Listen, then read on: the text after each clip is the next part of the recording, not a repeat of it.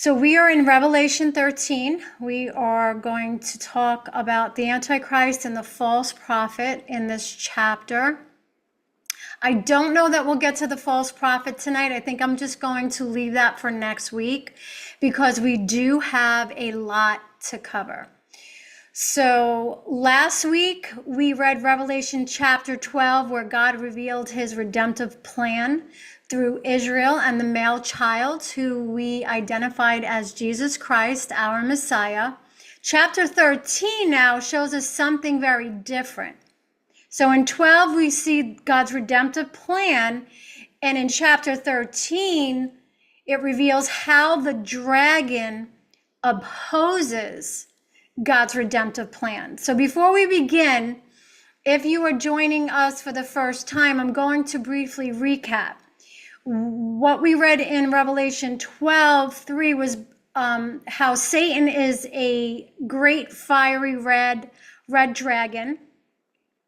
And verse 9 made that very clear. It said, "And another sign appeared in heaven. Behold, a great fiery red dragon having 7 heads and 10 horns and 7 diadems on his head." And that dragon is no other than Satan. And it says that so that the great dragon was cast out, that serpent of old, called the devil and Satan, who deceives the whole world.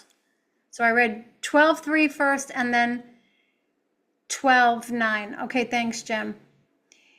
And so now this fiery red dragon is the devil himself. And it says, who deceives the whole world. And I want you to take note of that, because we have to be very careful not to fall into deception. We are not a part of the world. We don't want to be a part of the world.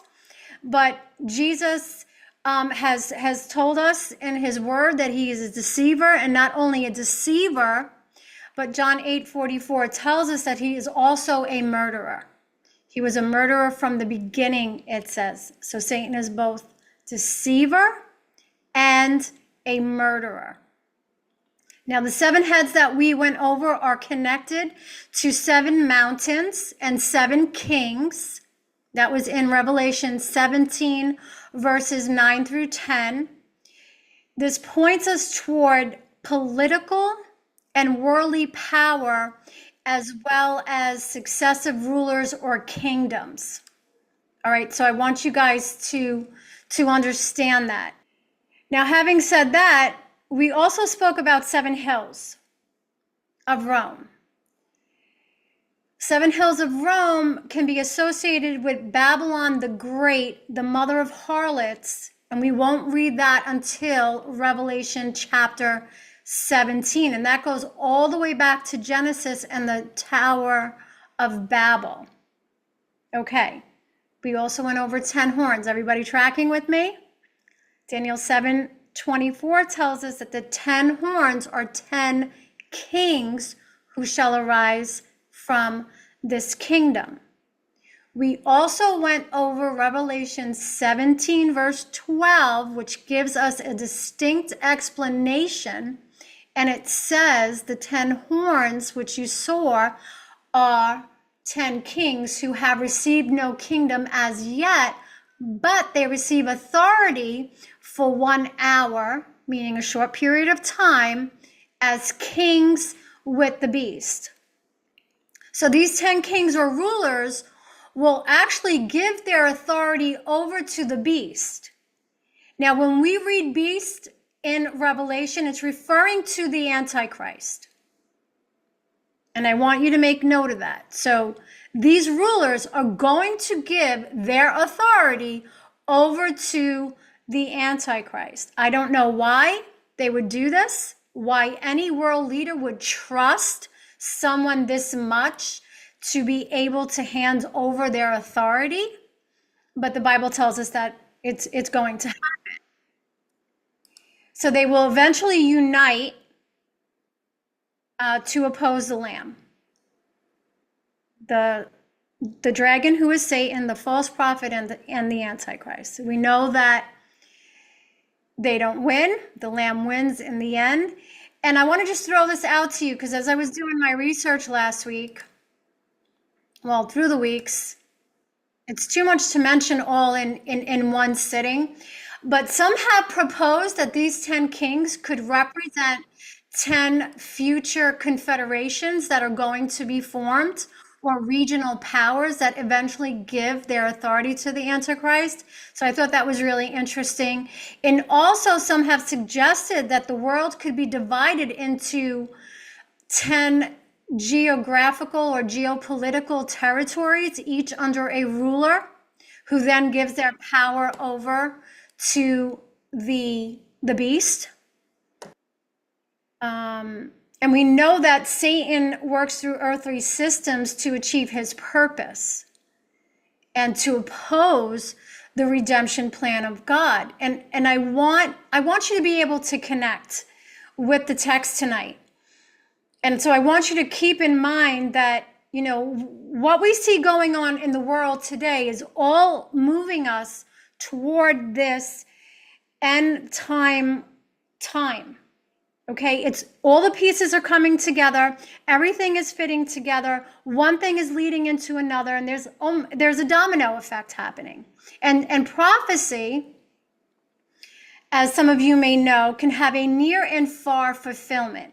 The near fulfillment speaks to something that would happen in the prophets or that prophecy's own time, or in the near future. So the far fulfillment points beyond that immediate event to a greater future fulfillment in God's redemptive plan. So in other words, one prophetic message can speak to a people of its own time while also pointing forward to something greater that God will accomplish in the future. So I want you to pay very close attention to what is going on in the news. I want you to pay attention to different countries. I want you to pay attention to who is siding with us in Israel, who is not aligning with us in Israel. I want you to pay attention to these things. I don't want you to be caught off guard.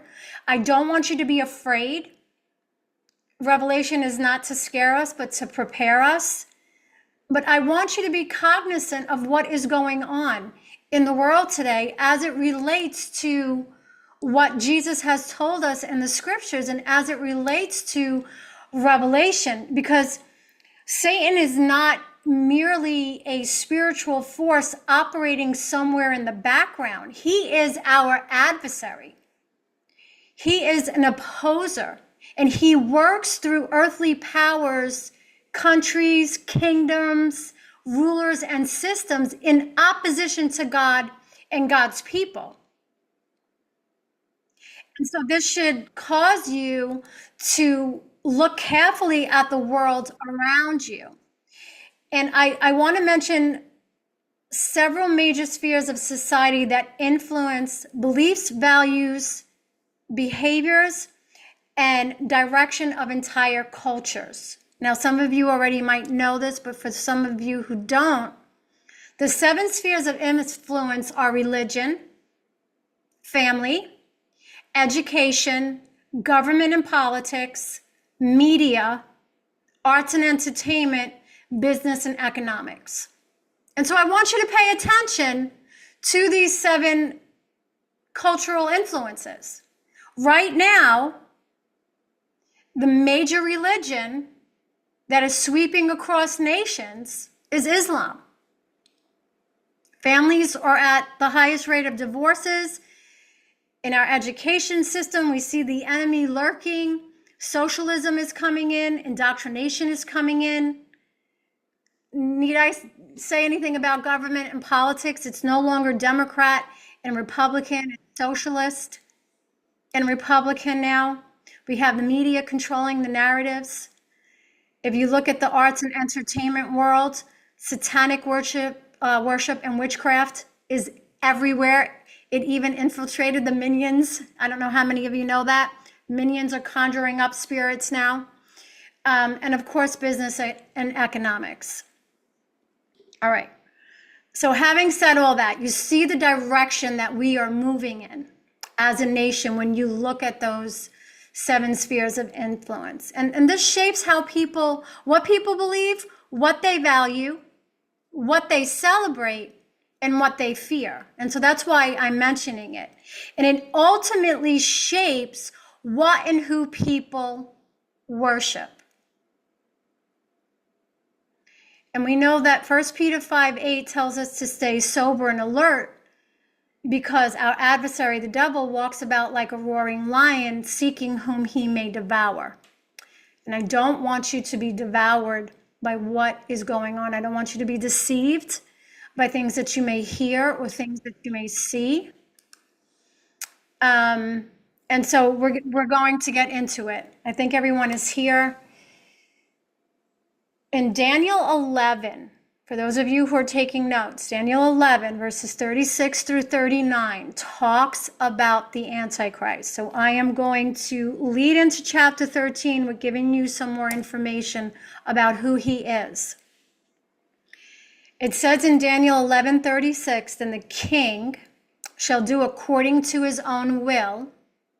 He shall exalt and magnify himself above every god, shall speak blasphemies against the God of gods, and shall prosper till the wrath has been accomplished, for what has been determined shall be done.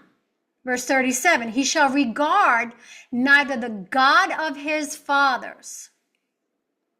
Now, some believe that he might be Jewish, that the Antichrist might be Jewish or Messianic by this very verse. And it says, nor the desire of woman. Some commentaries say that it could be that he's a homosexual. I don't necessarily believe that. When you look back, this is a Jewish idiom, and it's regarding Mary and Jesus coming from Mary. And then it says, nor regard any God, for he shall exalt himself above them all. But in their place, he shall honor a God of fortresses. Now, this is unilateral power and the use of military. And a God which his fathers did not know. Okay, so he doesn't worship the God of his fathers. They don't know this God. And it says, no, he shall honor with gold and silver, with precious stones and pleasant things. Thus he shall act against the strongest fortresses with a foreign God, which he shall acknowledge and advance its glory. And he shall cause them to rule over many and divide the land for gain. So in a nutshell, the Antichrist exalts himself above God. He rejects the God of his fathers. And I believe this is Abraham, Isaac, and Jacob. Honors a foreign God, depends upon military strength, and uses wealth and power to expand his authority.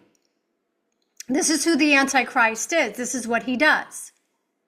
Now, the reference to God which his fathers did not know can point to a future religious system that is foreign to to his ancestry. Okay, now as we're going to read, we're going to see that Satan, the Antichrist, and the false prophet work together to come against God's redemptive plan. Now, this is a counterfeit Trinity.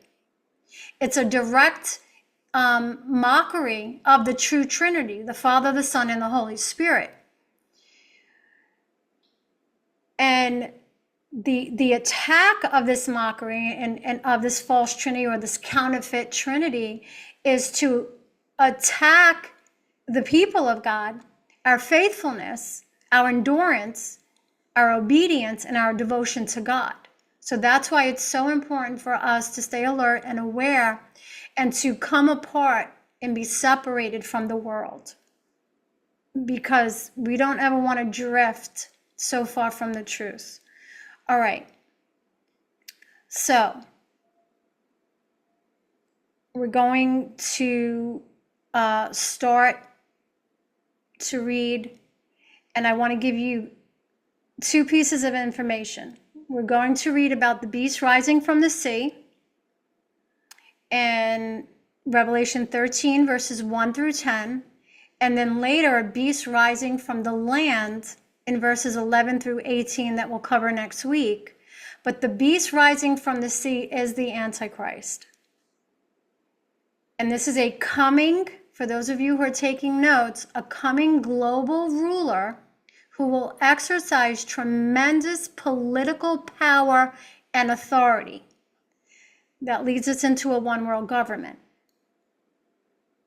Okay, his influence will extend across nations and peoples, and ultimately pointing toward a global system of government and authority under his rule. Now, the beast from the land is the false prophet. And I believe this beast represents a powerful religious figure who will be very charismatic, and he will use his spiritual influence to direct people toward the worship of the Antichrist and ultimately toward a global religious system, meaning a one world religion. These two work together. The first beast exercises political power and authority, and the second beast uses religious influence to direct worship toward the first beast. All right, so you're tracking with me? And together they serve the dragon's purpose to deceive the world, oppose God, and turn worship away from the true and living God toward the beast. So let's read. And I'm going to chunk this, read it, and break it down. So I'm going to read some, I'm going to stop, I'm going to explain it. It says in verse 1, "Then I stood on the sands of the sea," this is the Antichrist, "and I saw a beast rising up." This is John talking about the Antichrist. "And I saw a beast rising up out of the sea, having 7 heads and 10 horns, and on his 10 crowns, and on his heads a blasphemous name." I want to break down what blasphemous means because this is really, really important. In the Greek, it means vilify, evil speaking, and rallying. It switches right for wrong and wrong for right and calls what God disapproves of right. Now we find that in Romans 1:25, it says, "Who exchanged the truth of God for the lie and worshiped and served the creature rather than the creator." Verse 2 says, "Now the beast which I saw was like a leopard. His feet were like the feet of a bear, and his mouth like the mouth of a lion." Now we find this in Daniel 7. Daniel speaks about the same imagery. He says it in a different order, and he sees 4 separate beasts representing 4 kings or 4 kingdoms. And that's found in Daniel 7:17. It says, "These great beasts, which are 4 kings, which shall arise out of the earth." Now, although he sees them appear separately in Revelation 13, I believe that John sees them as one beast that carries the characteristics of several of them. He has the appearance of a leopard, the feet of a bear, the mouth of a lion. So this is a composite of the kingdoms Daniel saw individually. Okay, so you tracking with me? This beast is not simply another isolated kingdom.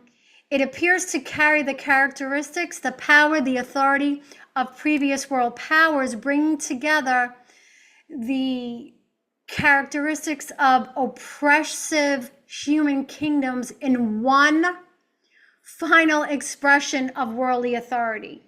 And I know that's a mouthful. And if you need to go back and listen to it, it'll be on YouTube. So this connection between Daniel 7 and Revelation 13 help us understand that John is not introducing an entirely new picture. He is building on what Daniel saw and bringing that prophetic picture forward in Revelation 13. Now, I did do a side-by-side with Revelation 13 and Daniel 7. And just for those of you who know, because some of you have studied eschatology, I'm going to put it out there. The traditional or common identification for the lion's mouth found in Daniel 7 is Babylon, and it represents authority and dominion. The bear's feet represent Medo-Persia, strength, crushing power. The leopard's body, Greece, speed and conquest, expansion. And the 10 horns, of course, the 10 kings are these rulers who have political authority. And then the 7 heads are multiple kingdoms, kings who have comprehensive political power. All right, so this is what John is seeing coming up out of the sea. And so the dragon, it says in verse 2, which is Satan, gave him his power, his throne, and great authority. And I saw one of his heads as if it had been mortally wounded, and his deadly wound was healed. And all the world marveled and followed the beast. So they worshiped the dragon, this is Satan, who gave authority to the beast, the Antichrist, and they worshiped the beast, saying, who is like the beast? Who is able to make war with him? All right, so somewhere during this timeline, he is going to receive a deadly wound. Maybe he dies and comes back to life.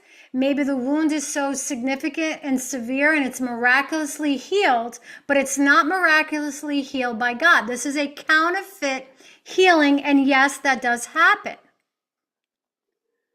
And people will see this. Remember, I mean, technology is going into every country, every place in the world. And so people will see this and they're going to be astonished that he was wounded in such a horrendous way and now is healed.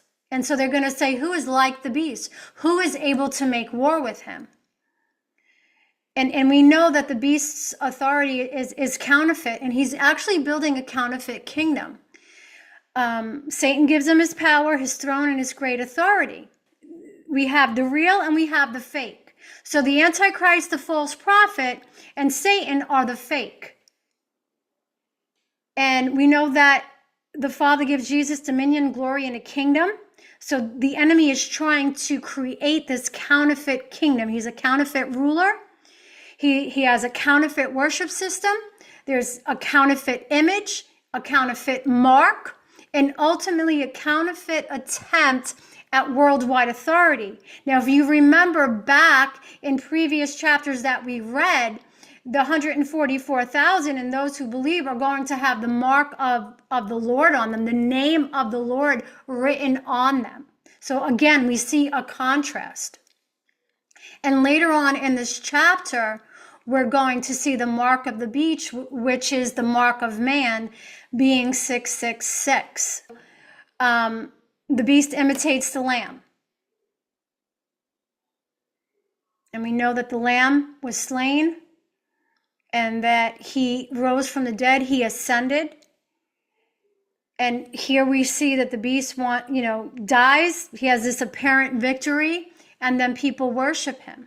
Again, this is counterfeit. Christ's resurrection is genuine. It's the genuine authority, power, rule, and reign of God. The beast's authority is only temporary. Christ's kingdom is eternal. And as we are going to read, he is given this authority for only a period of time. This is not forever.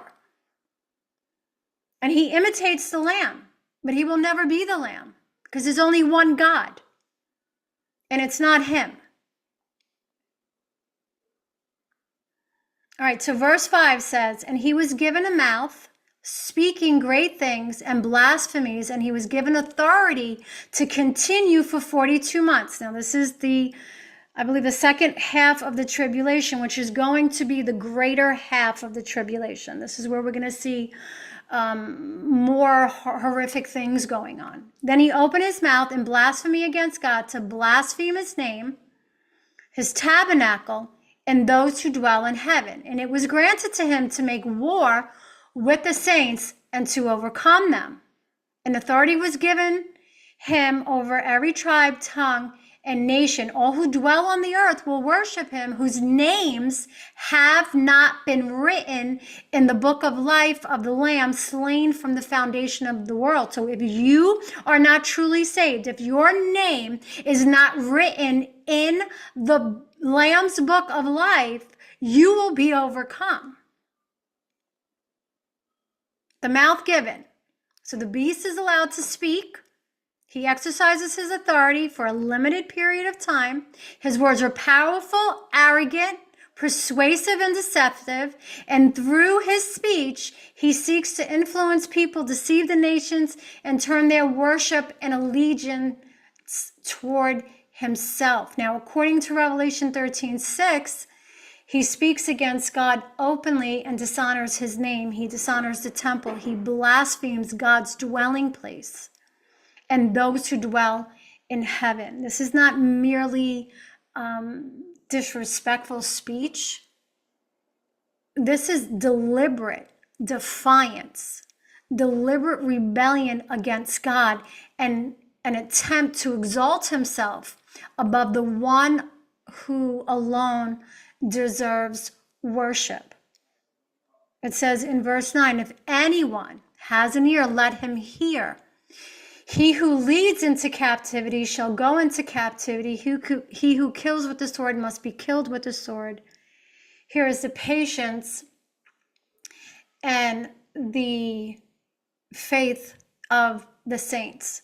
Remember in chapter 1 of Revelation, it says those who hear, read, and do this word will be blessed.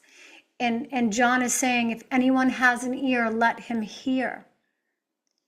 And so I'm saying that to you. I pray that God would reveal himself in such a deep way to you that he will allow you to hear what he is actually saying, that as you walk through your life, as you work out your salvation with fear and trembling, as you see what's going on in the news, as you see what's going on in your state, in our nation, and even across the world, that you would begin to put these pieces together and understand there is an opposer, there is an enemy of your soul that is seeking to devour you, to deceive you, to have you fall into untruths, so that you would ultimately get worn out, worn down, and so that you would drift far from the truth. And thank God for meetings like this, because we're not going to drift. We're going to continue to sharpen each other. We're going to continue to look at Revelation, pick it apart, understand. And I know for a lot of you, this is your first time, so maybe some things might go over your head or you don't understand. And that's really okay. This is a difficult book. But then again, as we dive in and bite off piece by piece, it's not that difficult. And when we bring in scriptures from the Old Testament and the New Testament, it really does start to come to light. So don't worry if you understand everything or if you don't understand.